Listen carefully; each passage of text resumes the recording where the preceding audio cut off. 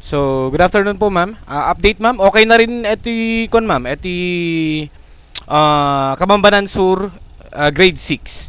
So, ang remarks natin dito, ma'am, ang na-fix natin sa gears and dito sa magkabilaan kasi ito, ma'am, dito and dito sa may tabi ng roller.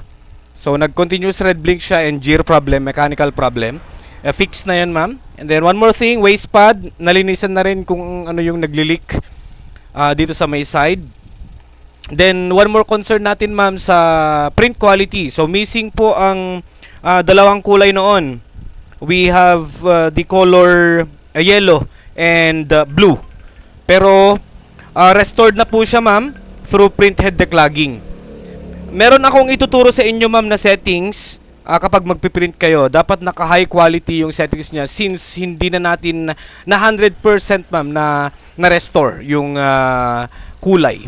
Although napalabas natin lahat kung ano man yung mga missing colors, pero hindi na siya 100% yung quality, kumbaga.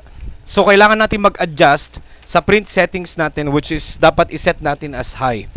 So hindi ko lang alam, ma'am, kung alam nyo na to, pero share ko pa rin. So kapag magpiprint tayo ng document, ma'am, Control P, and then punta tayo dito sa my printer properties. Magpapakita lang to, ma'am, kapag naka-install po yung printer sa laptop natin. Then sa quality, iset natin instead na standard, since hindi na buo yung lumalabas na kulay sa printhead. Kapag standard kasi, ma'am, ibig sabihin mahina ang buga. So we need to set this one to high quality. Yan, high.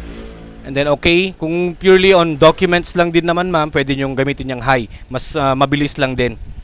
So, print po natin. Yan.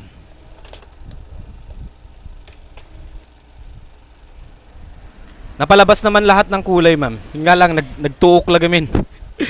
Kailangan na may babad. May remarks din tayo sa black. Pero good pa. As long as naka-set yung quality to high, ma'am.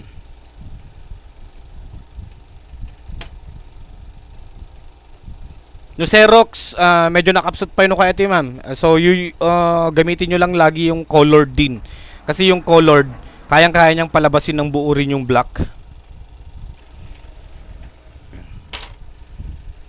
So, napalabas na rin natin, ma'am. Black, yellow, red, blue, green.